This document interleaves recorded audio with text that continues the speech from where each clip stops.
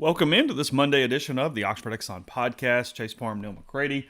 He's in the Clark Ford studio this morning. The football season is over. College has been over. NFL now over. The Kansas City Chiefs beat the San Francisco 49ers 25-22 last night in overtime to win the Super Bowl there in Las Vegas. We'll hit a few reactions from that.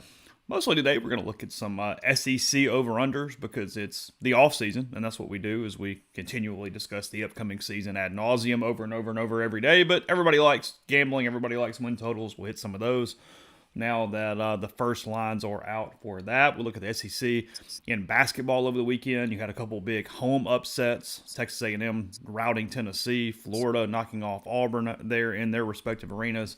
And then some not good road teams winning their road games as well. Ole Miss and Kentucky tomorrow night after the Rebels have had a week off. Kentucky lost to Gonzaga on Saturday. They have lost 3 in a row at Rupp for the first time in program history, which says a lot in a lot of different directions there for John Calipari and his club. So all that and more coming up on today's show. The Oxford Exxon, Highway 6 West, Beer Cave. Hope you took advantage of the party wing deals that we gave you last week for that Super Bowl last night.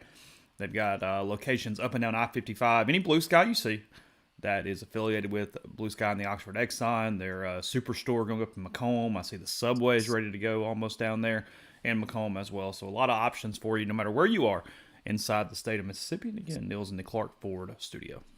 I am. Clark Ford is in Amory, Mississippi, 662-257-1900 is the number. Call it. Ask for Corey Clark. Tell Corey what Ford product you're looking for. He'll send you a quote within 15 minutes in business hours. It's right to the bottom line. There's no hassle. There's no haggle. You get your quote, and the rest is up to you. You can shop that quote around. You can do what I've done, what I recommend that you do, and that's hop into a Clark Ford today. People at Clark Ford want to be your car guy. They want to be your truck guy. They'll prove to you what that means when you make the call. 662-257-1900. Guest will join on the Campbell Clinic hotline. Campbell Clinic is in Oxford now, 2608 South Lamar Boulevard, Suite 102, just across the street from the cottages at Hooper Hollow. The Campbell Clinic provides full-service orthopedic care, everything from sports medicine to foot and ankle surgery to spine and total joint care, pediatric orthopedics, physical therapy, and more. To book an appointment, go to campbellclinicoxford.com or call 901-759-3111. Walk-ins always welcome at the Campbell Clinic. Monday through Friday, 7:30 a.m. until 4 p.m. How much of the spectacle last night did you take in, Mr. McCready? I watched it. I wasn't like glued to it. I wasn't locked in. Did you cook anything? I helped Laura cook some things. Okay. We didn't. It was rain. It was messy outside, Yeah. and I didn't need to go out and slip or something. Yeah. I've done, after Friday night, I've done enough potential damage to the repair, so I need to be careful. No, I watched it. Laura went to bed at halftime. She was tired of it. And then Carson was upstairs, and he had soccer practice, and he came down and watched part of it, and he said it was boring, and times it kind of was. And then I think he just did not want the Chiefs to win. And when the thing went to overtime and the Chiefs won, he was like, "This is stupid." He went upstairs, and I kind of agreed. I turned it off. I didn't watch any of the postgame. You know, we talked about it so much, including mostly with Jeffrey on Thursday, and there was no. You had a couple different heels. I like the way Jeffrey put that. There was so many different things to this. I thought that if you didn't have a sort of reaction to a team, and most of the country didn't want the Chiefs to win. And that was outside of Swifties, that was a pretty obvious thing. But I thought that the entire game night, everything went incredibly well. Like, I almost kind of caught myself going, emotional is too strong, but in my head, a mental thing of what I would like to happen, because I think if you were just literally watching this in front of you without that predisposed nature, I thought everything went well last night. It was a well-played game. It was a close game, obviously. It's the perfect venue. Like, great venue. They should think about just playing the damn thing there most of the time. I've been to that stadium. I'm not a gambler, but I love Vegas. And I've been to that stadium, and that stadium is absolutely perfect. Everybody can walk from the hotels to the stadium. You know what weather you're going to get for all the events and stuff. And it was a perfect venue. I mean, it looked great on TV. It was perfect. It just made a ton of sense to put and I saw people say, well, Vegas is overshadowing the Super Bowl. And I was like, Vegas overshadows everything. But no, not really. I mean, it was just kind of perfect. I thought, again, I don't care much about either team. So I didn't care who won. And when you don't care who wins a game, the game's different. You're just watching. But no, I agree with you. It was entertaining. It was pretty well played, all that stuff. And I don't even mind the Swift stuff. Like, whatever. She's there, and they're going to show stars, and it's become a big storyline. And people have now played that storyline up to the point of you almost I didn't think they did a bad job of it last night. Honestly, I felt like everybody was already predetermined with whatever they thought to say it was either too much or not enough going in, and they didn't grade the actual way they produced it. I thought it was produced fine from a Swift standpoint last night. And like it says here, and I'm kind of reading to the stream, and Grind says yesterday was 100% the reason why I like college football over NFL. It felt rigged. There was nothing about the night that felt rigged. It felt like you were thinking it was going to be rigged if the best team and the best quarterback won a game. Well, the best quarterback won a game. I mean, the 49ers squandered a ton of opportunities yesterday. They got a lot of injuries. Greenlaw getting hurt with the Achilles. They had guys going out. I mean, the hold there on that last drive, Kittle was out of the game because he had a shoulder injury. There was so many things that were going against that. I felt like the bigger picture of the Chiefs and how they've become such a worldwide sort of sensation and entity mask what was actually, to me, the really human element of Kyle Shanahan trying to get over the hump and messing with his demons last night and losing this lead and not having the ability to put it away, and then the overtime decision and what to do and not scoring and leaving the generational quarterback or maybe the second best playoff quarterback in history now already to have a chance to win a game. I thought there were so many cool things that got overshadowed by the things we were already predisposed to. Does that make sense? Yeah. The most interesting thing last night was after the game, from what I've read this morning, the Chiefs knew the Super Bowl overtime rules. They had talked about it a lot. The 49ers did not know the Super Bowl overtime rules. Am I crazy, though, for thinking he made the right call? Because if you both do the same thing, you get the ball and can go win. Yeah, no, he did the right thing. I actually think Shanahan made the right call there. I think getting the ball first is correct. Do what? Oh, yeah. No. I mean actually taking the ball first. Am I crazy? Because if you both kick a field goal or both score a touchdown, you get the chance to get the ball back and score. I want the ball second. Why? Because if they score a touchdown, Kansas City, number one, now I get to call every play I call is on 4-down territory. Sure. I'm not even having to think about kicking. It affects my plan. I have the ability to go for 2 and win the game on one play. That's my play. Sure. Yeah, and then I run the risk of, sure, if they score a touchdown, I score a touchdown, they get the ball back and score, we lose. But if I hold them to a field goal, now I have 2 ways to keep the game going. No, I think there were a lot of people that were really surprised. And the reason, turns out, that the Niners took the ball first is because the regular overtime rules, it makes sense to take the ball first because if you take the ball and score a touchdown, you win the game. And so I think that's what they were thinking. I will say they should take these rules. These overtime rules should be the regular season overtime rules. And these overtime rules should be the college football overtime rules. They're great. That is the way to handle overtime. Kudos to figuring that out. And I guess if Shanahan was already decided I'm going to go for 2 when I score if I took the ball second. Otherwise, though, I just don't I have to stop Patrick Mahomes to win the game. If I take it first, I can score, not have to stop him, and still have a chance to win with a field goal the second time. Does that make sense? Yeah, it does. That's where my head would have gone with that. I don't know. I've caught myself as I've gotten older. No matter what I really think about the team or the guy, I feel awful for these missed opportunity people like Kyle Shanahan right now. Mm-hmm. Like, that's where my head goes every single time. And I've told this. I mean, obviously it was better in 1,000 different ways. And, I mean, I cared about people on that roster for Ole Miss to win. But, I sat there and felt bad for Dave Van Horn for a minute that day in 2022 as he's up on the podium going, shit, you're just so close and that sucks. And that's kind of where I was for Kyle Shanahan last night. I caught myself, it wasn't even rooting against the Chiefs. I found myself literally pulling for Kyle Shanahan, which was an odd sensation I wasn't expecting.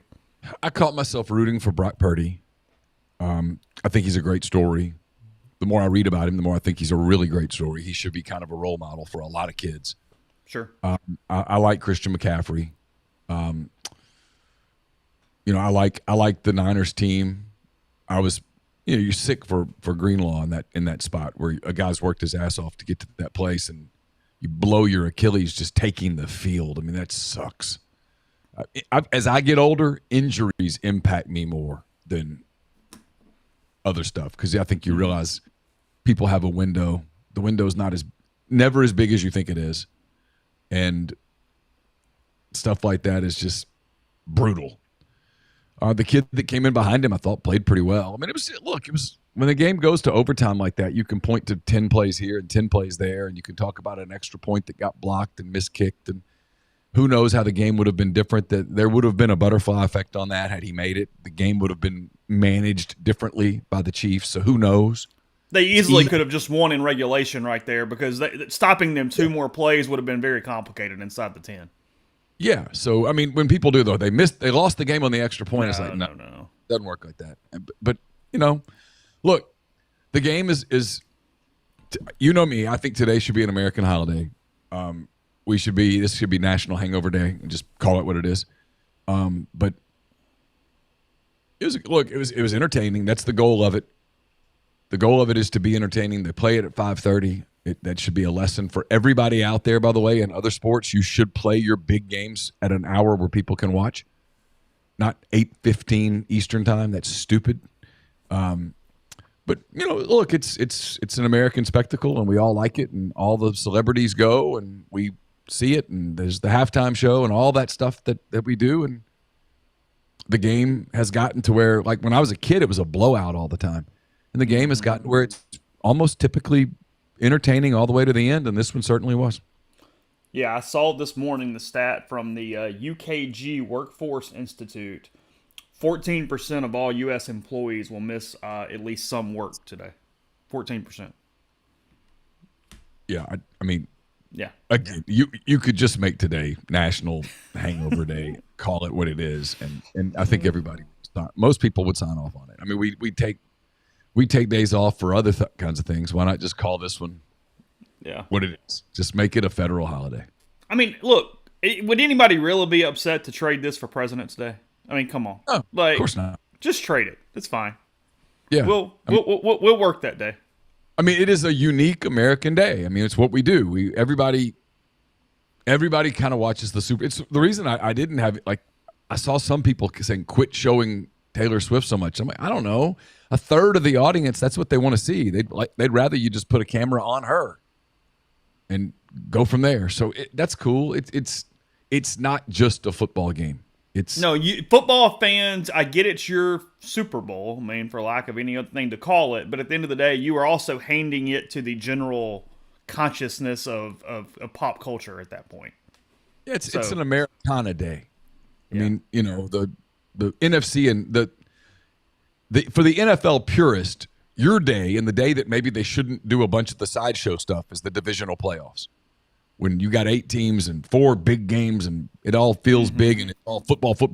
Okay, cool. I get it. Don't make a sideshow out of the people in the stands. Make it about the game. But once you get to the Super Bowl and all the 6 hours of pregame and all the different stuff and the Puppy Bowl and the Nickelodeon Bowl and all the different things that are going on at the same time, there's going to be a sideshow effect to it. And again, I'm with you. I thought they handled it.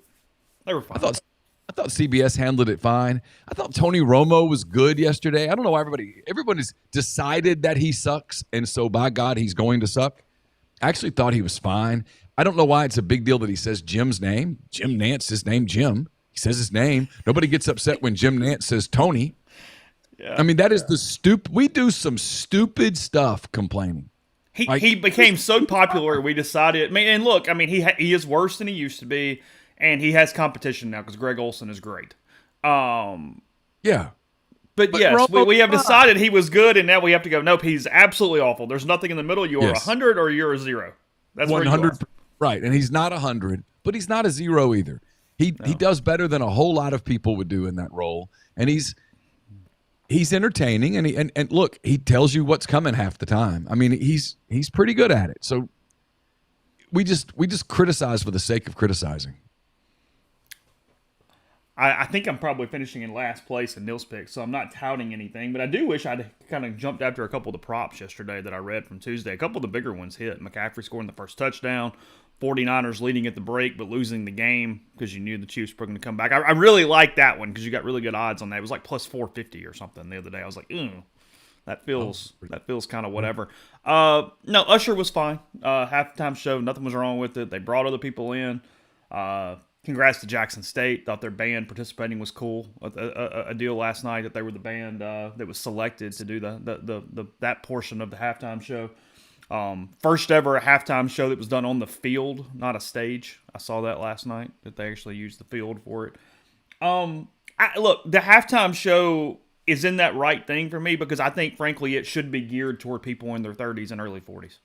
I think that is the demographic you can catch with the halftime show that you wouldn't necessarily catch with the Super Bowl and makes the most sense. I think almost every Super Bowl halftime show, unless you could get a huge act in their prime still, I think that's the way to do it. I think we saw that with the LA show a couple years ago. I think you saw that with so many different ones. I mean, where you go, hey, if you're not getting one of these top 3 or 4 people, just cater that thing to that group in between 33 and 42 and let it ride. And you'll get plenty of stuff. 100%. You're trying to get as big an audience as possible, and so you go get the meat of the audience and try to get. That thing is never going to please everyone. That's impossible. Literally, it's just not possible. And what you feel about it depends on your age and when you grew up and whether it creates any sentimentality to you at all. Yeah, because the vocals are never going to be perfect. I mean, that is a venue and a situation. Because look, Usher was shaky at the beginning last night because it's too messed up from an acoustic standpoint. It doesn't work.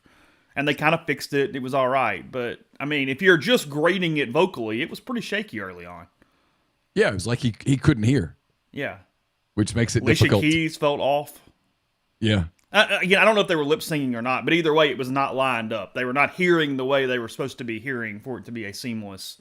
I assume they were lip singing, but either way, it was not lining up correctly as it was going on. I saw the 2 reactions to it. And again, this is the point. Yeah. Some people like, that was incredible, A+. And some people like, that was a disaster. And I was like, I don't know. It was fine. It was a 15-minute halftime show at the Super Bowl that it's going to be what it's going to be. It was fine. And frankly, from a performance standpoint, well, who was the guy that did America the Beautiful? Post Malone. Post Malone. I thought he was fantastic. He was great.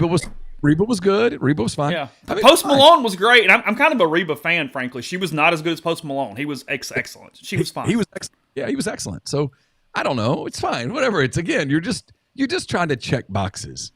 Yeah. I mean, you're just trying to, hey, I got this big thing of boxes. I'm going to try to check as many as I can. Yeah, I felt, as I said there, I felt bad for Alicia Keys because she was the one struggling with it, and she was the best singer of the group. I mean, she is phenomenal. And for her to not be able to kind of catch it and be where she needed to be at that point kind of sucked. But no, look, I tell you what I laughed about. And I'm not making fun. I just, in the moment, I guess I kind of am. Now I say that, I guess I should take the precursor off. Is because, oh my God, mind blown when you see Usher on the skates. And I went, hold on a minute. You're surprised Usher can skate? He's one of the best dancers in the last 40 years from an entertainment standpoint. I had no shock at all that Usher could figure it out on the skates. Okay? Yeah. Like, we're cool. Kind of assumed that was the case. Yeah. Usher. I would have been much more shocked if he was falling over the rink and couldn't stay up. I'd go, hold on a minute. He probably has decent coordination. Yeah. I bet Michael Jackson back in the day could skate. Probably with his eyes closed. Yeah. The Athletic did rank the halftime shows from when they started using performers and not bands as they did when it first began. And people who judge this for a living, which is definitely not me, they rated this the 12th best halftime show, and everybody seemed in agreement that it was somewhere in that range. Okay. One spot better than Lady Gaga from 2017, who's at 13. and one spot worse than the weekend, which was 2021. Okay.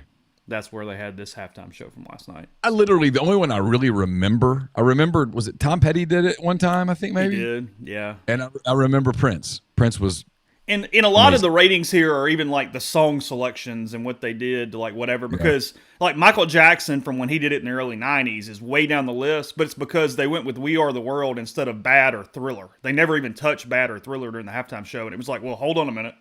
That was a missed opportunity. Yeah. They have the top 10 halftime shows. Katy Perry from 2015 at number 10. Rihanna from 2023 at number 9. Madonna from 2012 with Nicki Minaj, CeeLo Green, and others at 8. A tie for 6, Shakira, Bad Bunny, Jennifer Lopez from 2020, and 2014's Bruno Mars and Red Hot Chili Peppers. Michael Jackson from 93 at number 5.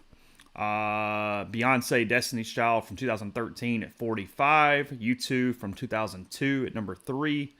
Dr. Dre, Snoop Dogg, 50 Cent, Mary J. Blige, Kendrick Lamar, and Eminem from 2022 at number 2. And Prince from 2007 at number 1. Yeah, I got no qualms there. No, I mean, Prince, man. He got a perfect 50. He was like proficient with 14 instruments or something. Yeah. I mean, the guy was an absolute musical genius. Yeah. I mean, he was phenomenal. I mean, I love Prince. Probably my favorite artist ever. So I'm in on that. I mean, so when people, I'm not to your point, I'm not the target audience anymore. So I mean, I like Usher. He's fine. You know, it's fine. I'm not going to go crazy about Usher, but Usher's fine. Yeah. You know, it's good. Whatever. Who cares? I mean, if everybody's generally pleased, that's fine with me. I mean, it's 15 minutes of the game. If you don't want, just go get a beer. It's okay. I mean, whatever. Don't worry about it. The people that get worked up about that, I'm like, man, I got to tell you, I failed to find that motivation to get that. It was fine. It was fine. And if you thought it was awesome, great. I'm happy for you. Yes. Yeah. I don't have to share that same exuberance, but I wasn't like, I wasn't going to boo him off the stage or something. He was good. He's fine. He's Usher. He's a huge name. Yeah. It's cool. So. You know, it appeals to the masses. Awesome. All right, let's get into SEC odds after a second. First, take a quick break. Prime Shrimp, primeshrimp.com. They have 5 different flavors available for you. Everything from their signature, it's one of my favorites, but a couple of their best sellers. Take advantage of those. They got the New Orleans style barbecue, and then just announced, just being released, the soy ginger goes great with a lot of hibachi type dishes there from Prime Shrimp. And remember, we can help you out. You buy 5 pouches or more, you can do that, all getting the same kind. If you got a flavor you love, or mix it up, get a little sample of everything, find out what it is that works best for you. You can use code RG, 5 pouches or more, 25% off. Again, they will deliver it straight to your door. It is easy to use, fewer than 10 minutes, freezer to plate, primeshrimp.com. Are you retiring soon? How long should you wait to take Social Security? What accounts should you pull from first? Are you already retired? Should you consider Roth conversions? These are just some of the questions that can only be answered with the personalized retirement income plan. Andrew Sego with Sego Wealth Management specializes in helping folks just like you come up with their retirement game plan, whether you meet at his office, in Collierville, or prefer to Zoom from anywhere. Schedule a free discovery meeting and see what they can do for you. It's rebelsretire.com. We're brought to you by Comer Heating and Air, Southern Air Conditioning and Heating. The weather is getting weird. As you know, we're doing the cold thing, getting warm, cold again. At some point in the next few weeks, you probably need to get that AC checked out, make sure it's ready to go before the hot weather comes, because you absolutely know that it's on its way. So get in touch with them. They're different names, same great products, people, and services. If you're in Oxford, Batesville, Tupelo, or that area, call Comer, 662-801-1777.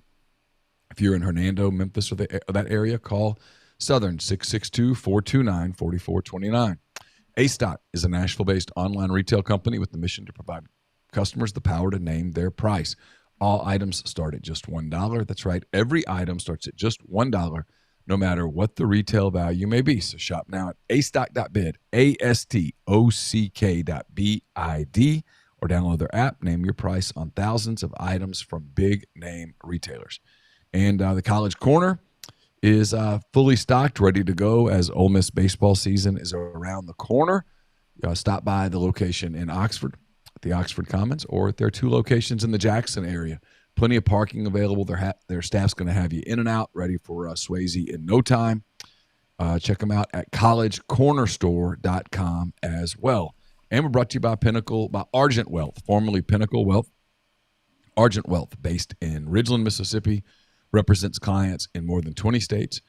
Argent provides detailed, specialized investment management, financial planning, retirement planning for individuals and businesses, and much, much more. At Argent, investing is treated like a commodity. Decisions are made using objective information and research, not emotions. So regardless of your level of wealth, Argent will sit down with you, listen to your goals, study your expenses, and put forth a comprehensive, detailed financial and retirement plan built just for you. It's myargentwealth.com. Any commercials stick out last night?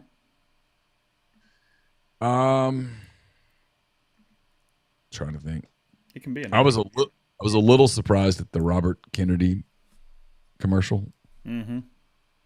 Like I have not read about it this morning. I've been doing other things, but I have to assume that led to some controversy.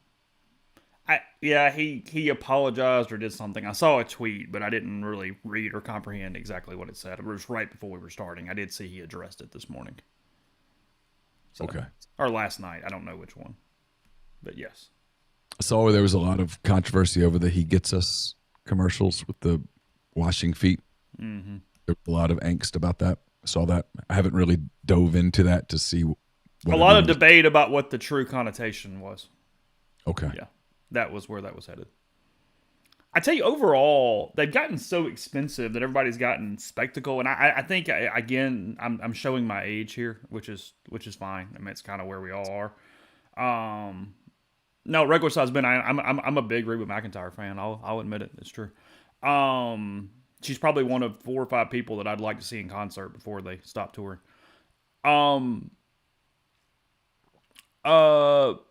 Sentimentality has started to get me. Like, I know it wasn't a great commercials, but like the simple stuff that we're not just finding how many stars we can put into commercials and how big and kind of goofy. I miss just the really smart beer commercials from the old Super Bowl ads. It's why like it was rated way down the list, but I thought the dog and the Clydesdales and the delivering beer last night from Budweiser it pulled on all the right chords for me, but I thought it was well done. I had no issue with it last night. I thought it was good.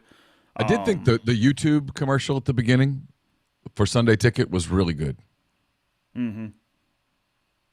Tom Brady was in multiple commercials last night. That shows you how little I was paying attention. I don't even remember that. I do think his commercial where they said anybody but him could bet with BetMGM was really good. It was funny because he's won too much. That was well done. There were a few that I liked that I had no issue with. Yeah, I thought there were several that were pretty good last night. Looking here again, I'm sure there are plenty of ratings out there beyond this, but the Paramount Mountain of Entertainment, which we'd already seen, had been teased on the internet. It was rated the #1 commercial of the night.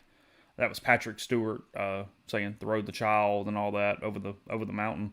Arnold Schwarzenegger's "Like a Good Neighbor" from State Farm was #2 last night. That Tom Has Won Enough from BetMGM #3.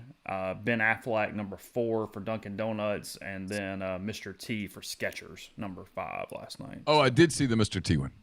Yeah. Okay. Yeah, that was. I was glad that Clubber was able to bounce back from his defeat.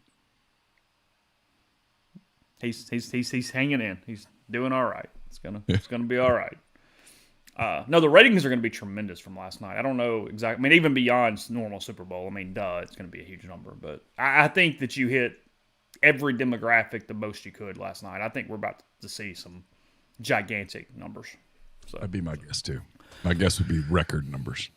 I told Neil before we started the show that I'm still getting used to including Texas and Oklahoma and everything that we're doing because it is here now after this baseball season. It's the last thing that we will do without Texas and Oklahoma. And I was writing about that a little this morning. I wrote an SEC baseball tournament story for next year because it's the last year that it will be 12 teams. It's the last year that there will be divisions in SEC baseball, just like everything else.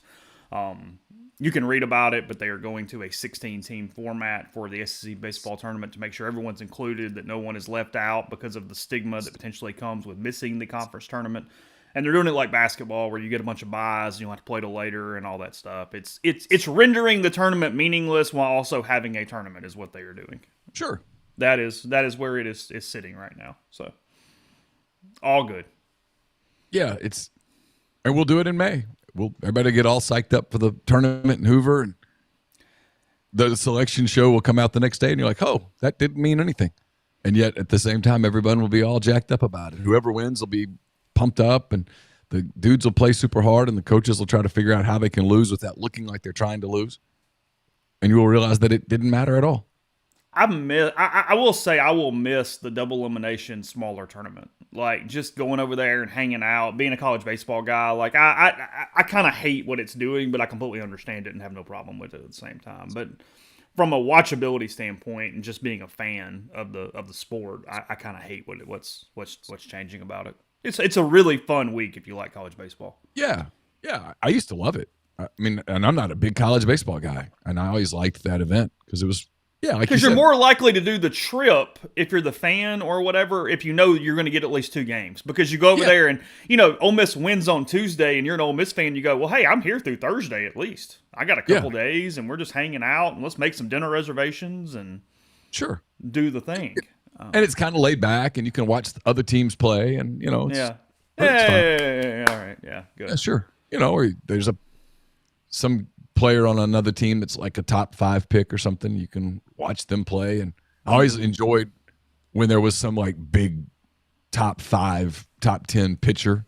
Mm-hmm. It was kind of a who's who of Major League Baseball general managers and stuff would pop up. They were doing advanced scouting because it's you'd have David Price Day where it's like, oh, okay, that's Theo Epstein was there, and all these people were there, and you're like, oh, okay, well.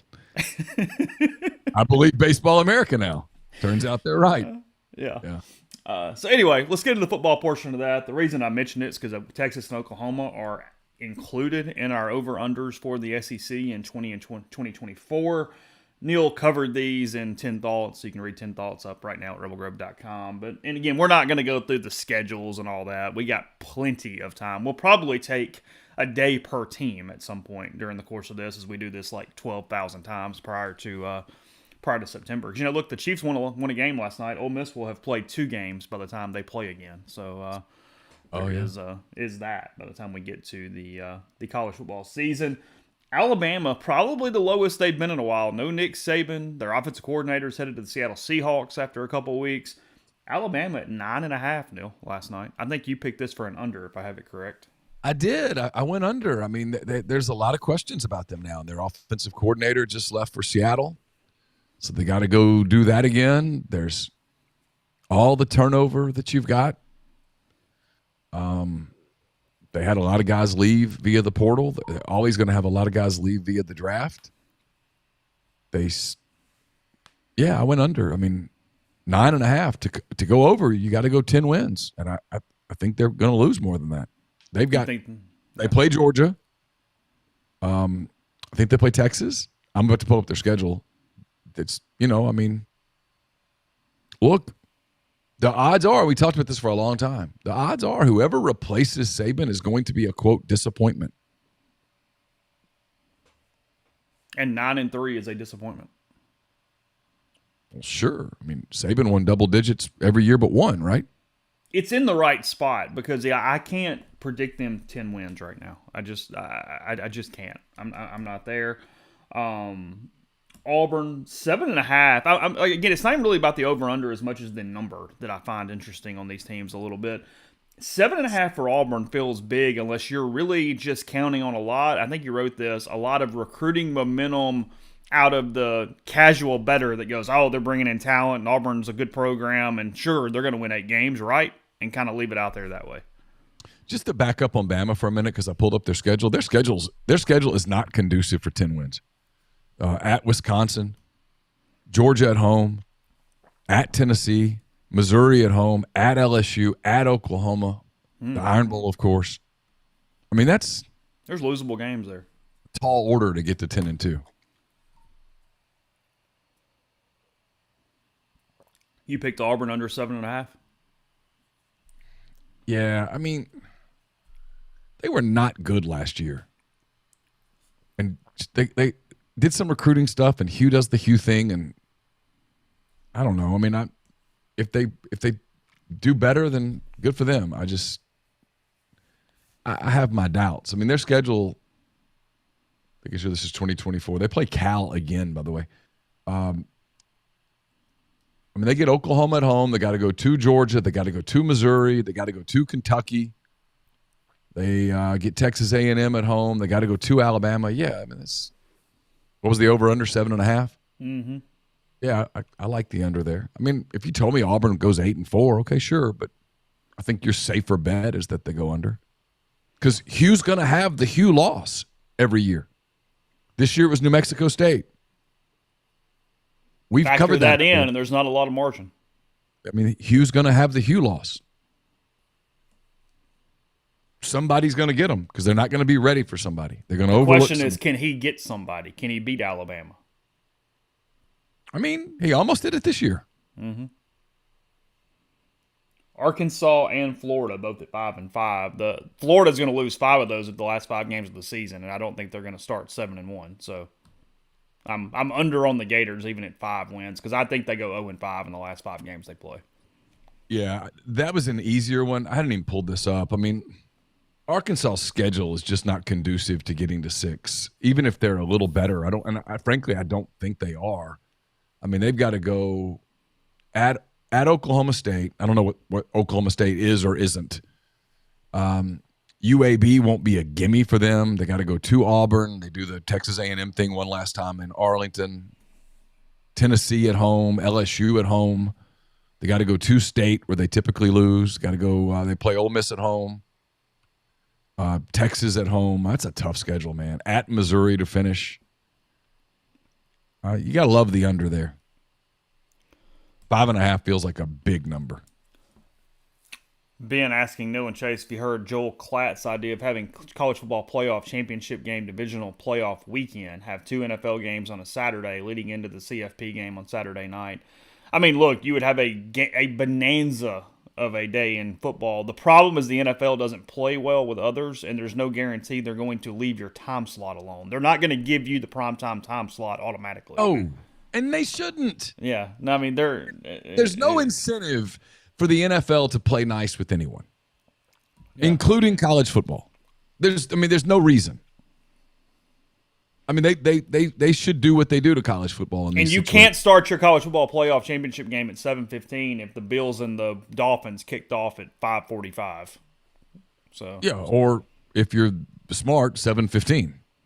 Yeah, in an AFC playoff game. Yeah, no, I mean, what is if you're in the meeting and you're the NFL and this is Klatt's proposal? I mean, your easy answer is, well, what's in that for me? I mean, why are we doing this for you? Mm-hmm. What are you? What in the world are you giving me back? And the answer is nothing. You do the same thing you do with Thanksgiving. You just like, hey, look, I mean, if you guys insist on playing Thanksgiving games that night, go for it. That's cool, whatever. I mean, but we're gonna put a big game in that spot, and we're gonna kill you. I mean, it's up to you. Yeah. I mean, like this year, because Christmas this year will be a Tuesday or a Monday. Tuesday. This is a leap year, so yeah, it goes back. So I guess it's a Sunday or a Monday, right? I don't even know. Christmas was a Sunday, so I think it'll be a Tuesday. Okay. Yeah, I guess that's right. And so if that's the case, the NFL will say to NBA, hey, for the next couple of years, you guys get to enjoy it. You guys get to own Christmas Day. Have at it. Good for you. It's a Wednesday. Okay. Yeah, there you go. So this year, maybe one more year, they'll let them just kind of do whatever. And then, hey, once it gets back to the weekends, we're going to start owning this thing again. You know that, right? But this year it's a Wednesday, so hey, have your NBA quintuple header, and we'll just sit back. It's cool. Yeah. I mean, that's where the NFL is. They're the king. Your first over, you have Georgia over 10.5. Huge number, but somebody had to beat them twice. They haven't lost a regular season game in 3 years, so why the hell would we think they lose 2 of them now? Yeah, what are we basing? Oh, they're going to lose 2 because they lost a SEC championship game to Bama? Their toughest games are Missouri and Ole Miss. Yeah. And look, I mean, if you're picking those games today, They got to go to Missouri, to Oxford, right? I mean, are you super confident with either one of those picks? I mean, not covering a line, win straight up money line. I mean, just be honest. Yeah, sure. I mean, if you're asked to pick those games today, yeah, even if you pick it and pick Ole Miss or Missouri to win, you're just like, hey, that's that flyer over there. We're not going, hey, you know what? Load up, baby. Hey, like no, that's here's the $1,000, and you've got to put it on who's going to win the game. Yeah. Okay, well, you're going to put it on Georgia on both games, and so maybe they lose one of them. But what are the odds they lose both of them? Mm-hmm. I don't think they're very high. Kentucky 6.5. They've got experienced quarterback. Now they'll be hungry. I was having this conversation with a coach in another sport the other day. When you've won a bunch, it's just human nature to get a little bit fat and happy. Mm-hmm. And typically when you take something away from one of those programs and the players are reminded that, hey, the other team can beat you. You have to have you got to get that hunger back. When it gets taken away, they're hungry. The odds of Georgia being a pretty hungry program next year are pretty strong. They are. I actually love the over for Georgia. Kentucky 6.5. I need to pull up their schedule. I did not yesterday when I did this. I just sort of wrote it. We've talked about this a ton. They lost their identity last year to a point that they might get to 7 because they're a very consistent team, but they have to find a way to establish sort of what they are. And they've not done that. They feel average to me at best. I don't think this is. I know it was really close 2 years ago with Will Levis and all that. I don't think this is an huge danger point for Ole Miss in Week 5. I don't either. So we'll do this super fast. We'll do this 10 times between now and the football season at least. But Southern Miss probably a win. South Carolina at home's a win. Georgia's a loss. Ohio's a win. So that's 3. I think they lose at Ole Miss. That's 3, and that's still 3. They beat Vanderbilt at home. That's 4. At Florida's a big game, obviously, for both teams. But if you told me Kentucky won, I'm not surprised. They get Auburn at home. I think they win. At Tennessee's a loss. Murray State's a win. At Texas is probably a loss, or is a loss. And then Louisville at home typically is a win for them. What did I do over or under for them? I thought you went under, but that would be over the way you just did. The more I revisit it, the more I think, I might go over. Yeah, that feels... They've just been really consistent. That's what they've been. And people hear that word, and they're like, they haven't won No, you went anything. over. You picked over for Kentucky. Okay.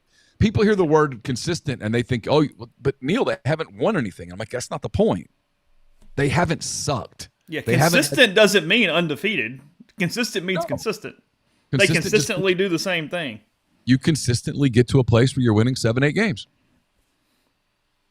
That's what he's done. That's the reason he's highly paid there. No one in that athletic department truly, honestly believes they're going to win a championship. Mm-hmm. Really, they don't even believe they're going to be a playoff contender. But can you win 8 games and we can put off the basketball angst until now, which there's a lot of it right now at Kentucky? And the answer is yeah. He's been able to do that pretty consistently, and so they've rewarded him for it. I mean, Vanderbilt's the most consistent football team in the SEC. That is true. I mean, it's like that running joke where the guy, like the trainer talks to the guy and he goes, look, I've never worked out. And the guy goes, oh, that's awesome. You're already consistent. We just got to flip that consistency the other way. That's it. You've got the consistency whipped. It's all good. You've got the habit part done. Yeah. Uh-huh. All right, where are we at? LSU 9.5. You picked the under for the Bayou Bengals. Yeah, I mean, come on, that's a big number. That's a big number. I got to get to 10 to cover. I got to beat Alabama. I got to beat Ole Miss. I got to not lose a game somewhere that's kind of stupid. Yeah, I got to replace Jaden Daniels. He's not my quarterback anymore. Yeah, and he was really good. Neighbors is gone. I mean, LSU's schedule. USC at Vegas to open the season. Nichols is a win. At South Carolina is probably a win. UCLA at home's probably a win. South Alabama at home, probably a win. So that's 4, maybe even 5, depending on. Just try to find 3 losses. Let's do it that way. All right. Ole Miss could be a loss. I don't think Arkansas can be a loss. At Texas A&M can certainly be a loss. Alabama at home could be a loss.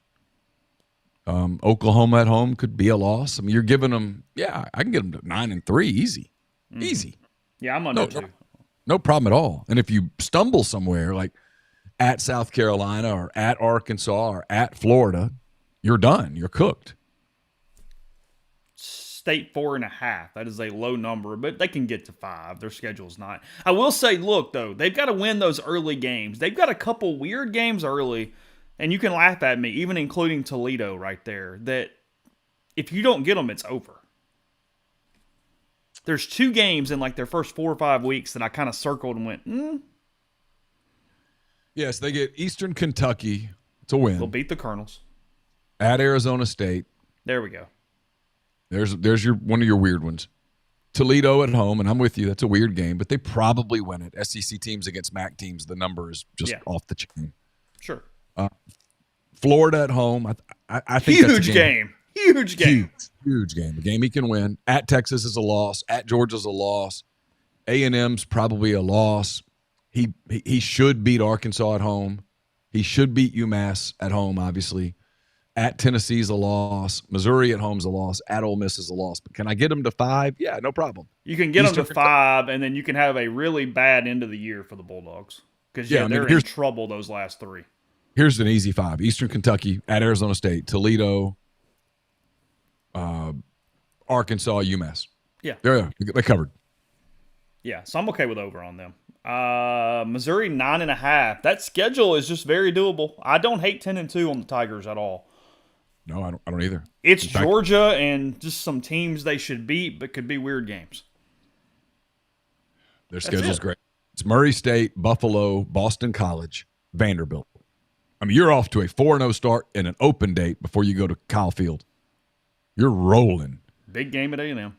Big game at A&M. Then UMass and Auburn at home.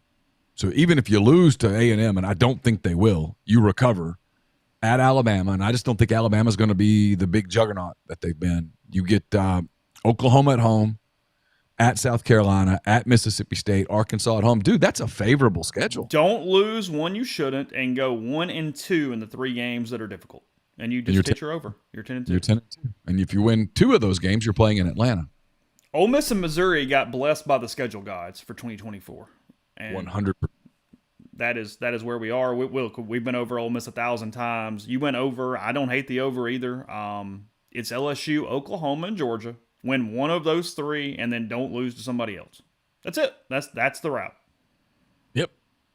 Don't go to Fayetteville and do something stupid. Don't go to Columbia, South Carolina, and do something stupid. No, you got to go win those games. Don't go to Florida and lose. I think Ole Miss is 20-2 in their last 22 at home. Win your home games. Something like that. Yeah, beat Oklahoma at home. Like I wrote, if you told me, look, if you said, hey, pick Ole Miss's record right now and go 10-2, and then if you go, you're off a game. I can't believe I'm saying this, and I know it sets me up for all the you're a homer criticism. I get it. But I'm being honest here. If you told me I'm off a game, I go, oh, they won 11. Because I'm gonna. If you tell me that it's 9, I'm gonna be like, oh, dudes, it might be 8, might be 7. Because at that point I go, hey, did Dart get hurt? They had no running backs. What happened? I need what happened. Did they lose a game or 2 early and not have chemistry? Mm-hmm. Did they have a lot of internal problems when the losses came early, and you weren't a playoff contender anymore? Because if you told me that they lost a game or 2 in the first half, I would tell you the wheels came off. And that they carry them off the. Yeah. I would tell you it's a disaster. Oklahoma 7.5. Neil, feels low. Just what we know about the Sooners, that just history wise, that felt low when I looked at the number. I expected an 8 or an 8.5 simply because of the name on the helmet. And this is one where I'm probably about to feel stupid because I didn't look this up yesterday. I was watching other stuff and just was trying to get it done before the Super Bowl.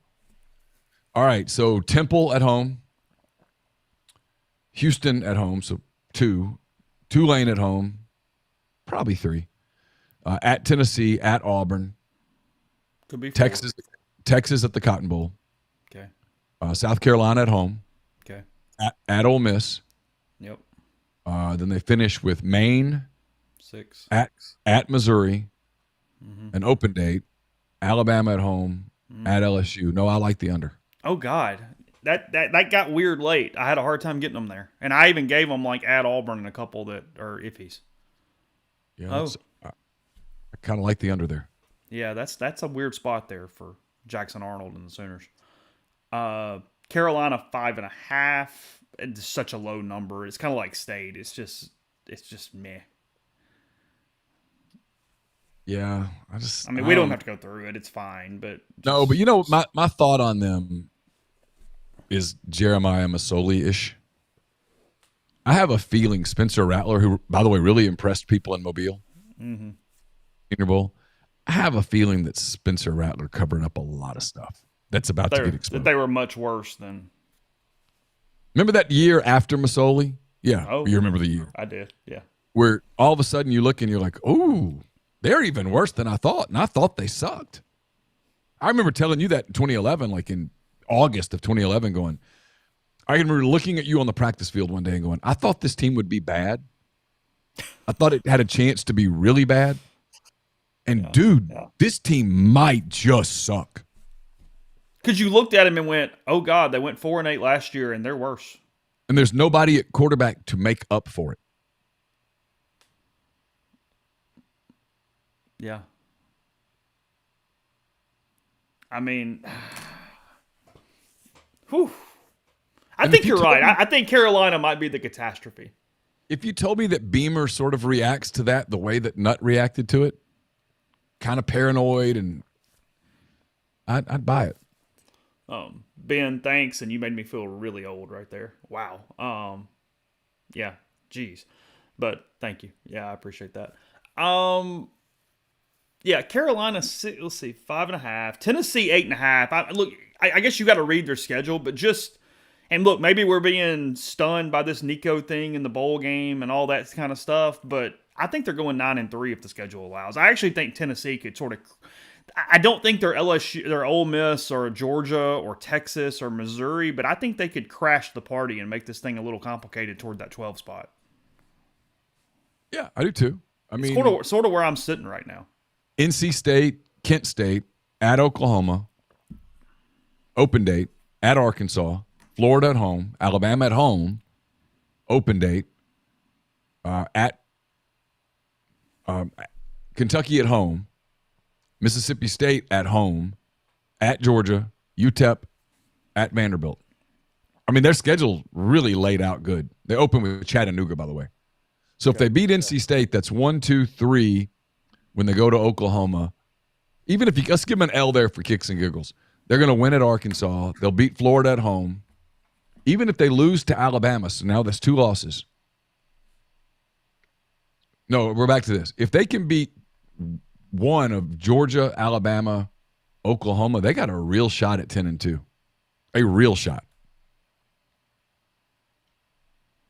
Yeah, they're a party crasher. I think they're a step below those other teams.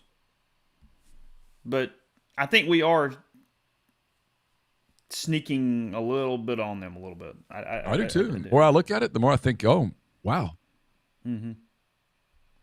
So just a thought there. And that, look, it's what I hate about the lack of divisions. I know we're going to get some great cross-divisional games in our heads, but I'd sort of like to see a little bit of a round robin between Missouri, Tennessee, and Georgia next season. Like, let's do that and see what it looks like. Yeah. We'll finish up the last 3 in a second. I'll tell you about Northeast Spark, NESPARC. Service people across rural communities. 2 packages, the Ignite, the 100 Mbps, or the Blaze, the 1 gig that powers the Clark Ford studio. Your hometown team bringing you world-class broadband. That's nespark.com, 662-238-3159. Phone service, parental controls, network security, and much more. So to get the best internet in Lafayette County, that's 662-238-3159. Brought to you by John Edwards, Regency Travel Incorporated in Memphis. John's part of Virtuoso. It's a worldwide network of travel partners that allows John to supply his clients with added values, unique benefits simply not available to other travelers. Get in touch with John if you're thinking about a trip that you want to create a lifetime of unique memories. Get in touch with him.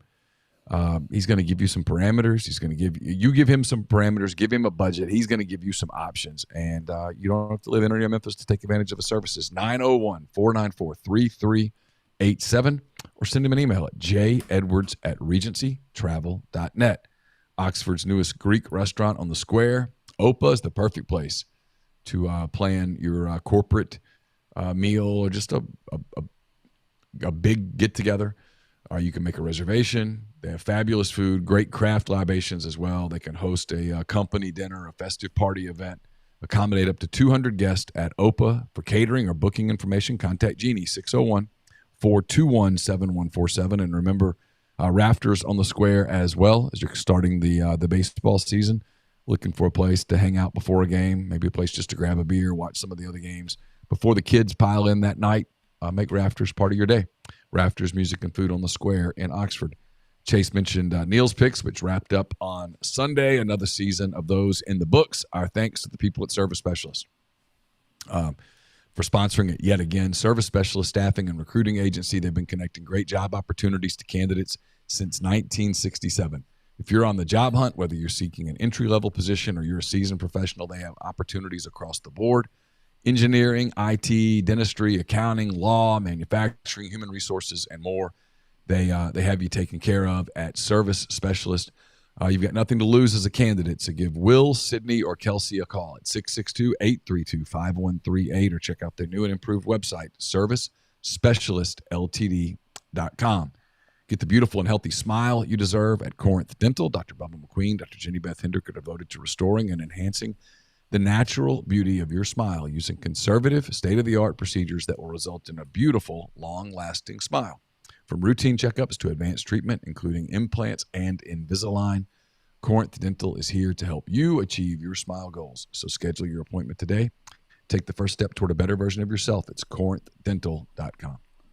Cole, thanks for Super Chat. Good to see you, buddy. Says Prince is the GOAT. Also, you can make these bets in Mississippi on an app starting June 1st. Yeah, little clarification on that. Everybody will appreciate that. But you're going to have to use an app associated with the casinos. They are still trying to save the sports books in Mississippi, the casinos. So it's still, to the best of my knowledge, and this is coming from Gerard Gibbert, who would know from our podcast a few weeks ago, it will not be like DraftKings, FanDuel, that type of thing. It will be apps associated with the current sports book situation in Mississippi. But yes, that is coming. You will be able to bet mobily beyond just the locations starting here soon in Mississippi. So just heads up on that. Bobblefish, the Friday night game against Hawaii, the season opener, will be streamed. It will be on ESPN Plus. But to the best of my knowledge, the other three games are radio only. I'm not in charge. I don't know why. It seems dumb to me. If you have the ability to stream one, I don't know why you're not streaming them all. But the season opener that begins at 10:35 p.m. Central Time on Friday evening. It is on ESPN Plus. Ole Miss is playing a doubleheader, by the way, on Saturday. Both games are 7 innings, which kind of surprised me because when you're the better team, you don't want to play 7-inning games. But 2 7-inning games on Saturday and then a final game on Sunday. That's where we are. What time are you leaving for Honolulu? I better get on it then, shouldn't I? Probably should be soon. I don't think I can drive there. It's gonna take a flight. Ole Miss is good. You could drive to L.A. and then take a boat. You could a boat, long boat. Be on a boat for a minute. For a little bit. Yeah. Ole Miss is going out on Wednesday. They're going to go snorkeling and do some scuba kind of stuff on Thursday morning. Mike's try to get rid of the jet lag a little bit. And then on Friday morning, they're going to tour Pearl Harbor and do some of the tourist stuff before playing that night. So that's the situation there with the Rebels. They play a 4-game set all against the Warriors. If people have asked me, is there more teams in this thing? Nope, it's Ole Miss and Hawaii 4 times over 3 days there. And then Ole Miss's home opener, Arkansas State, on February 21st, 4 o'clock back here at Swayze Field before they welcome in High Point for the weekend. Iowa, the big non-conference series. That's a couple weeks away. Hawkeyes are really good. Yeah, that's what we do. We dominate all sports. You throw it a lot more in baseball than you do football. I will say this: the Iowa-Nebraska women's basketball game yesterday was more entertaining than I anticipated that it would be. I turned it on because I wanted to see if she was going to break the record. And look, they floundered down the stretch. She didn't score at all in the fourth quarter. They blew a 12, 13-point lead. They seemed to have it in hand and then just went completely cold. Somebody asked me, and I'm crediting, was it on Fox? Is that who the channel was? Fox. I don't even know. Okay. I'm crediting Fox here because I thought they handled that perfectly. The announcers called the game normally, but you got the info box that told you what Kate Clark was doing for the game right above the score, and then you got the info box in the corner that said how many she has left to break Kelsey Plum's all-time women's college basketball scoring record. That was the perfect way to do that. You're not making a spectacle with voice, but everything is there because, let's be honest, most people were watching for Kate and Clark, not for Iowa, Nebraska women's college 100%. basketball. So I thought they did a phenomenal job producing that game yesterday. And it was compelling. It was. She got 2 shots off in the last 5 seconds. Frankly, she was ice cold in the fourth quarter. She was bad. And Nebraska pulled off an upset. So her shot selection, man. And I realize that she's deadly, like, from anywhere inside half court, but some of her shot selections, like, Caitlin, come on now. I'm a little surprised that they, and look, I know nothing about the financial dynamics of Iowa women's college basketball. I'm a little surprised they didn't add somebody in the offseason to help her just because of the publicity around that team and possibilities with them. Because they're not, they have a couple other decent players, but they're not great. It's not a best 5 in the country kind of situation there for the Hawkeyes. But she's compelling. I tell you what I think. And I'm not an expert on women's college basketball at all. I will say her passing ability is very underrated. I actually think she's going to be good at the next level because of her ability to distribute. No doubt. In that game alone, several of her teammates just missed bunnies that she delivered to them. And she needs to probably gain a little weight if at all possible. Her physicality could be a problem at the next level. She's very small. I wrote this on the WNBA. I'm embracing her, and they're not. Oh, you're rolling it. Oh, they are mad. They're mad because she does not check the boxes. Okay, and so people are mad about it. You should embrace her because your league is dead, and she gives your league a chance to actually appeal to the audience that your league needs to appeal to, and that's young girls. You moronic idiots! You need to appeal to girls. That's the only thing that's going to save you, you idiots. And so she gives you a chance. You should embrace her wholeheartedly. But they're not. They're not going to. They're going to turn on her. Is she going to take a pay cut by declaring? She could make more money at Iowa next year, right? She could. She's going to go pro, and she'll probably look. My anticipation is that she ends up being one of the people that goes, this isn't worth it. And after a little while, just goes, screw it. I'll go do something different. Yeah. Texas 10.5. Just no margin here for the Longhorns because we're talking 10-2 as an under. That's a big number in the SEC in year one. Ooh. Yeah, it's just that deal where I'm going to pull their schedule up. We did it on some others. It won't take but a second. That's that deal with them where there's just no margin for error at that point. It'd be like if you put the over-under on Ole Miss at 10.5. I'd go, well, the safe bet's under. Doesn't mean that you're saying they can't do it. It just means it's a lot. All right, so here's the Texas schedule. Colorado State, at Michigan, so that's a toss. UTSA, ULM, Mississippi State, Oklahoma and Dallas, which is usually a really competitive game no matter what. They get Georgia at home, at Vanderbilt, Florida at home, at Arkansas, Kentucky at home, at Texas A&M. Yeah, I'm under. They're only going to lose once? No, they're losing 2 games. Don't you think? I'm with you there. Yeah, I'm with you there. Yeah, I'm thinking through it.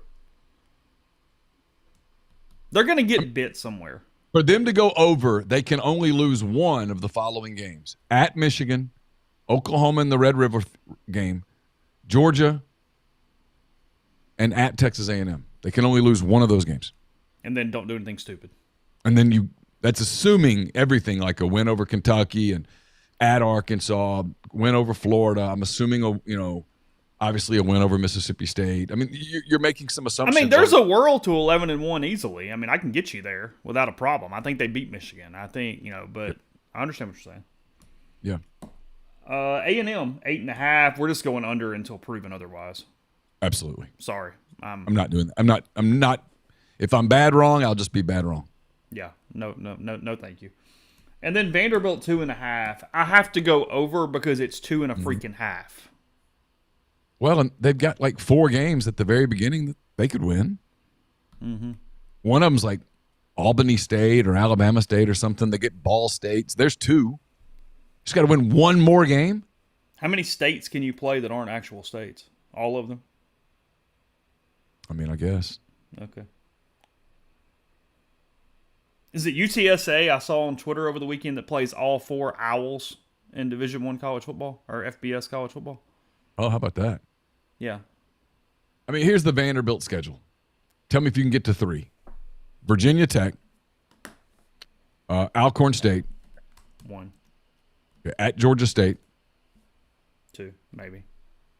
at Missouri, Alabama at home, at Kentucky, Ball State, Okay. Texas at home, at Auburn. I mean, that's enough. Yeah, I can get them there.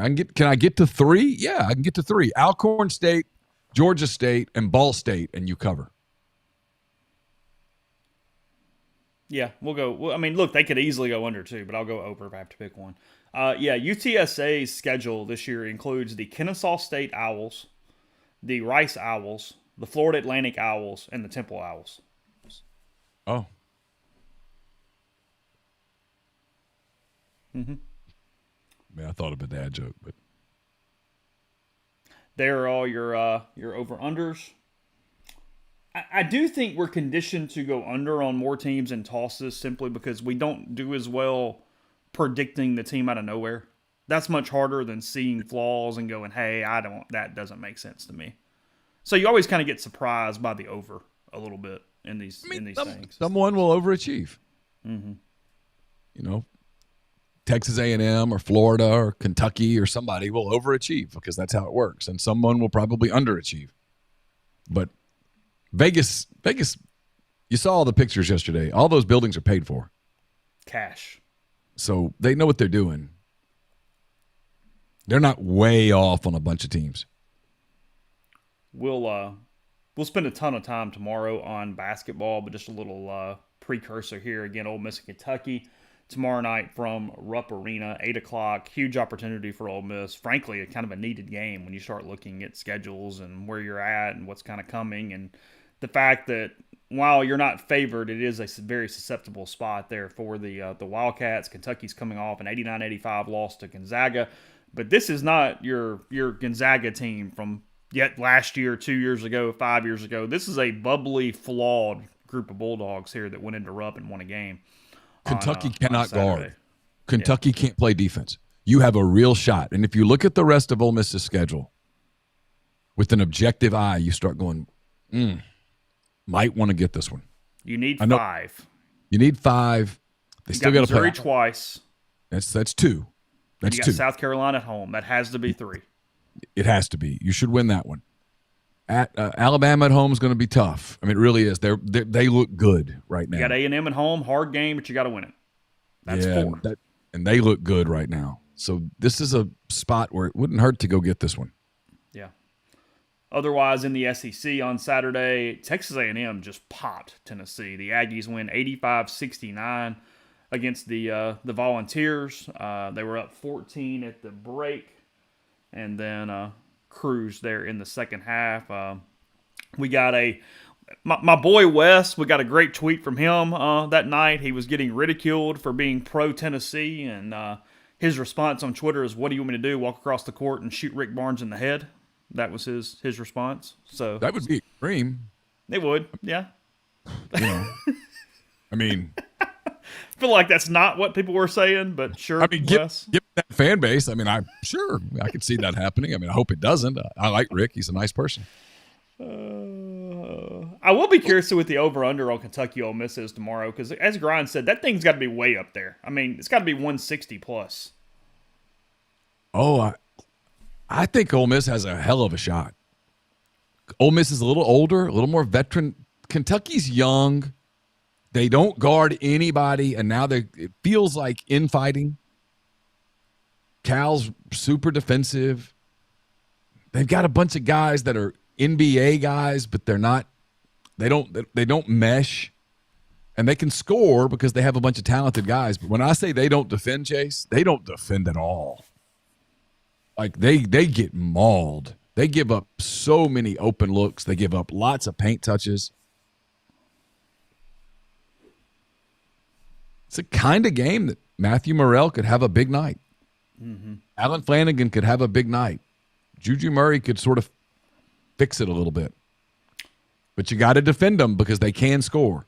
They've got guys who can fill it up, and you don't want them to get super hot. Yeah, you can't get bombed by Dillingham and Shepard and get into that game with them. But yeah, no, sure. You got to guard them. You got to play physical, and you got to bug them a little bit. They don't like it, but you've got to turn it up on defense because they absolutely have dudes who can score. Florida routed Auburn 81-65 at the O'Connell Center or whatever we're calling that now. They're in Gainesville. Florida 6-4 in the SEC. Auburn 8-3. They led by 16 at the break, and then they played even there schedule. In the second half. It was. If you're an NBA fan, you saw that game and you're like, oh, that's a schedule loss, and it was. Kentucky had time to not Kentucky. Florida had time to sort of get over what happened in College Station and to kind of talk about it and fix it and get motivated. And Auburn played its Super Bowl on Wednesday night a little bit and just blew out Alabama, and then turned around on Thursday, and it's like, okay, well, let's get ready for Florida. On the road, yeah. And it's like, no, I kind of want to still talk about what happened last night. And then before you know it, you're going down there, and then they just got popped. It's two things. One, if you're an Auburn fan, I wouldn't sweat it at all.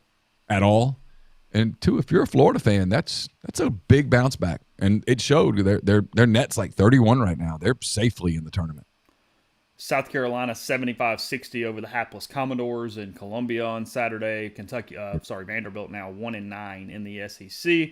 Alabama gave up 92 and still won by 17 on Saturday in Baton Rouge. They beat LSU 109-92. They tied 9-2 in the SEC, tied with South Carolina at the top of the league.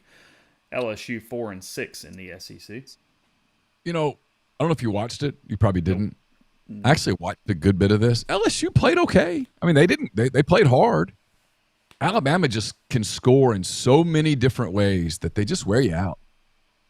That's what I mean. I mean, like, people go, well, you know, we get Alabama at home, we being Ole Miss. Can we get Alabama at home? And I'm like, yeah, I get it, man. But, like, if they're on, they're just, unless you're really, really good, they're tough to beat. Arkansas won in Fayetteville 78-75 over Georgia, and then Mississippi State won in Columbia, Missouri 75-51 there in games. Missouri 0-11 in the SEC a year after making the NCAA tournament. Whew. Yeah, the only thing of those two games that sticks out a little bit is Mike White's team plays hard. They get close games. They just can't finish them. It's kind of become a consistent thing. Arkansas, and it starts getting away from you, which lets you, if you're Ole Miss, you got to circle Athens and go, hey, go win a basketball game. Got to go win that one. Arkansas played fine. They did fine. Mississippi State was good at Missouri, and Missouri is bad. Yeah. They did fine. They were fine. They were fine. I mean, I'll give them credit. They have every reason to go, screw it. Let's get out of here. And they played. They're just not very good. But they showed up. I had that game on TV too a little bit. I was watching some other stuff, and it was fine. They both teams, to their credit, to Mike's credit, I guess to Musselman's credit, both teams showed up and tried to win the game. And then, which is more than you could say for Missouri that night. And then on Tuesday, again, we'll spend a ton of time on basketball tomorrow. But Ole Miss at Kentucky, again, Kentucky 6-4. That's 8:00 on ESPN, the big channel for that one. Texas A&M at Vanderbilt, ESPNU at 6 tomorrow between the Aggies and the Commodores. And then it's 7 on SEC Network. So 3 different channels for the 3 games tomorrow. SEC Network, 7:00, LSU at Florida tomorrow in Gainesville, the Tigers down there. To play Todd Golden and his Gators. Ole Miss is at 8? Ole Miss is at 8, yeah. The games are at 6, 7, and 8 on 3 different channels tomorrow night. So. Good. I needed the Ole Miss game to be as late as possible. Yeah, we'll get there in a minute. Before we do that, I'll tell you about G&M Pharmacy. They're in Oxford on South Lamar. Also, Tyson Drugs on the Square in Holly Springs. I know it's February, but stuff's lingering. People still getting the flu. Maybe you need that RSV vaccine. Either way, you can do that with G&M or Tyson Drugs. Give them a call. They make it where you make appointments. It's on the schedule, in and out, super easy there. Let them be your pharmacy for all your pharmaceutical needs. They deliver locally in the Oxford area. They offer MedSync, tons of different options. Again, you can do all this at 662-236-2222 for G&M or 662-252-2321 for Tyson Drugs in Holly Springs. Are you a displaced corporate executive wanting to put your career in your own hands? Are you an experienced entrepreneur looking to diversify? Andy Ludicky can help. He's a longtime Rivals board member, a diehard college football fan, franchise veteran. He owns multiple franchises and businesses. He uses his expertise to help others find their American dream through a very thorough and free consultation process. So call Andy, put your life and your career in your own hands. It's 100% free. You've got nothing to lose. myperfectfranchise.net. Andy at myperfectfranchise.net, or you can call Andy at 404-973-9901. Southern Traditions Farm is a 68-acre, 32-stall upscale equestrian training and boarding facility in Canton, Mississippi. They've got 2 sand rings, a grass ring, miles of wooded trails, so much offered at Southern Traditions, including horseback riding offerings, from beginner lessons with Susan Walt to buying your first horse, competing at nationally recognized competitions.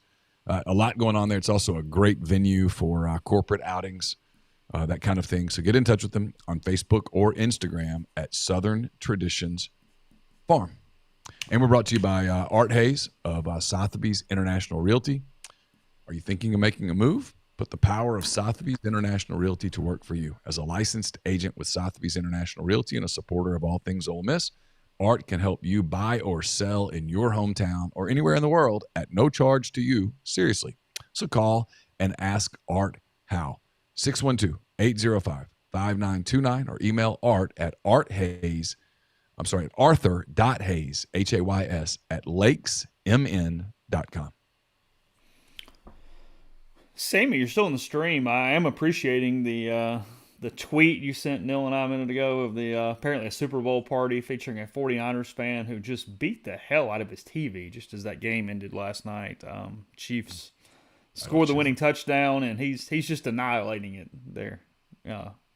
Little outside, looks like an outside eating situation. Got some chicken, got some vegetables, got some soft drinks. Probably some alcoholic beverages, considering the situation that's taking place in the other side of the room. I was going to guess that maybe alcohol was involved, perhaps. Oh, gosh.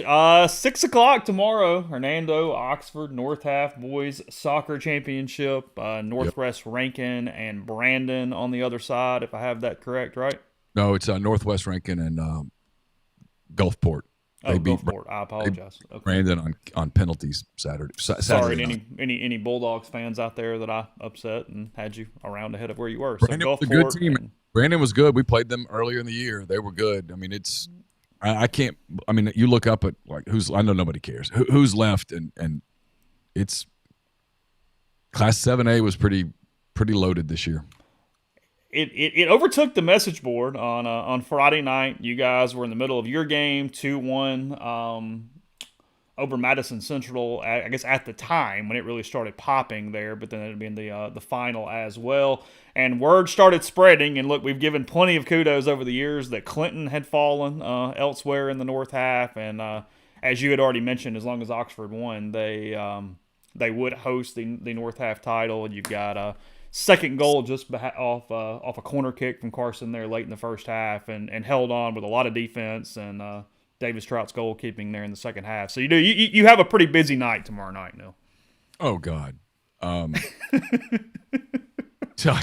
I mean, you moved out of the stands at one point. You got down toward the field, even on your injured leg. I did. I got down on. I just couldn't. I couldn't sit among people anymore. I had to get away from people. But I probably should have stayed in the stands because what I heard was because they were behind me, and normally it's people telling me to shut up, like stop yelling, and so I'd go down and get away from people. And the same people who normally tell me to stop, one of those being someone whose name rhymes with McCready, they were all yelling, very upset at the officiating, which did feel somewhat one-sided, but that's how it always feels when you're cheering so hard for your team. You think everyone's out to get you. It was fun, man. I mean, it's been a fun season. It's a great group of kids. They have great chemistry. You know, the Clinton thing last year, they learned from it. I mean, the truth is they did. You want sports to be a learning lesson, because sports that's what it's really supposed to be, is teach life lessons. And when you get beat the way that Oxford got beat by Clinton in the playoffs last year, mauled, ass kicked, destroyed, totally dominated, no excuses, nothing you could say. When you get beat like that, you have two choices. You can whine and complain and play the victim, or you can go, okay, that's the standard. We got to get to work. And that's what this group did. They did. A bunch of them. Enough of them that it kind of pulled the other ones along. And they have a great mentality. They're going to play a really good team tomorrow night. And they've played them twice, lost once, beat them once. Both games were absolute dogfights. This one probably will be as well. And someone's going to win and someone's going to lose. And it'll suck for the loser, and the winner gets a shot at a state title on Saturday, which is all you can ask for. And that will be in Ridgeland, if I remember correctly. Yeah. But and thanks to some of the people out there who contributed, we put a blitz on Saturday to get tickets, to get students there. So if you're an Oxford student, or if your kid's an Oxford student, first 150 Oxford students, all you got to do is show your ID. First 150 get in free. The first 50 get free pizza. We're working on making that 50 a bigger number. So 6 o'clock. It'll be over by 7:30. I know it's going to be cold. You can make tip for Ole Miss and Kentucky. You'll get home in time. You can get home. Yeah, you can absolutely stay for the whole game and get back in time for the Ole Miss tip. They're not going to tip right at 8. It's going to be like 8:06, 8:07. You'll be good. And you'll certainly be back for the majority of the game. So there's just no and it's going to be cold, but it's not going to be that cold at 6 o'clock. It's going to be all right. So we'll see. Are you wearing like the same thing every time now? Are we doing like that kind of deal? What we got going? All right, so I got a problem because wear blue. Yeah, the yellow card on Carson was weak. It was total bullshit. I was looking at it. I mean, that game had gotten so physical, and the one on Jeremiah Dudley before that was just egregious. Jeremiah did not touch anybody. I was looking straight. I was watching Jeremiah, who's one of Carson's very best friends, and he didn't get touched. And so the ref comes up to Carson. I can say this now because I don't think that ref's going to be calling the game. The ref comes up to Carson at halftime and says, "You've been warned. Be cool." And he's like, "What?" I mean, he has played he's been playing competitive soccer since he was 6? Yeah. 7 years old. I mean, I can't even imagine how many hundreds of games he's played. Club and all that stuff. Middle school, high school. I said, "Has that ever happened to you before?" He goes, "No." He couldn't believe it. And so he gets the card, and that game was so physical. That wasn't even a very physical play. I mean, come on. But anyway, it doesn't matter. It was fun. I'll be a nervous wreck. Laura will be a nervous wreck. Everyone's a nervous wreck, but this team's, the parents are really cool. Like, they're having a team dinner for the guys tonight at one of the houses, and a couple of businesses have stepped up and done things, which shouldn't surprise you at all about Oxford and the way Oxford supports its schools. But it's got a chance tomorrow night to have like a almost Friday night feel to it, which I think is deserved for the boys. Yeah, for sure. Yeah. So 6 o'clock into Oxford there for that one. I mean, obviously we're telling people to come, but I do believe it's live streamed. It was the other night, so probably again for the out of state people at Rebel Grove that do want to follow along or did follow along on Friday as well. Pretty good. I mean, pretty good stream, honestly. They did a pretty good job with You got following into me, it. keeping it. I did. Right. I turned it on late in the first half. I caught the goal. It was 1-1 when I turned it on. I went, okay, I'll just watch the rest till halftime, and then I'll come back to it or whatever. And saw the corner. And I'll be honest, I had the volume down because I had something else on TV, and because from my angle on the stream, I haven't seen anything prior to that. I actually was upset. I thought Madison had scored instead because I thought they were blue. Because I assumed Oxford was wearing white at home and that was yellow, not orange. And I just couldn't tell who was who in the first 45 seconds I had it on. And then when the lights started doing the strobe thing, which I've been to football games there, I knew that was coming for the home team. But I thought in the playoffs, they do it for everybody. So it even took me a minute to figure out who had scored or what had gone on at that point after I had flipped it on. So back to my conundrum. Oh, yeah, sorry. So I usually wear this sweatshirt. Not always, but I wore this for both playoff wins just because it's – Did you wear it against Hernando here too? I don't remember. Okay. But it's blue, and I've got a blue sweatshirt. So what I'm tempted to do is wear the blue and bring this one. And if it starts – just in case. If I need to switch, I'll switch. Because that's more important than being completely blue in the stands. I mean, come on. Like, that. Oh, absolutely. I mean – and I'm weird about this because every single rational part of me goes, this game is not going to be determined by what you wear. And then there's that part of me that goes, hey, if you think a team's winning because you're wearing a white sweatshirt, it's possible. Yeah, probably not, but why chance it? I mean, yeah, why? Yeah. Yeah, I agree. Yeah. So we'll hit that more tomorrow. Again, Rebel Grove, 10 Thoughts up. You got some baseball stuff up, more coming as well. Mike had media day. You can catch some of those things, and we'll bring those to you prior to Friday night. Again, 10:35 first pitch for the Warriors and the Rebels there from Hawaii on the island. So thanks to everybody in the stream. Several super chats. Cole, especially good to see you, buddy. And we will talk to you again tomorrow.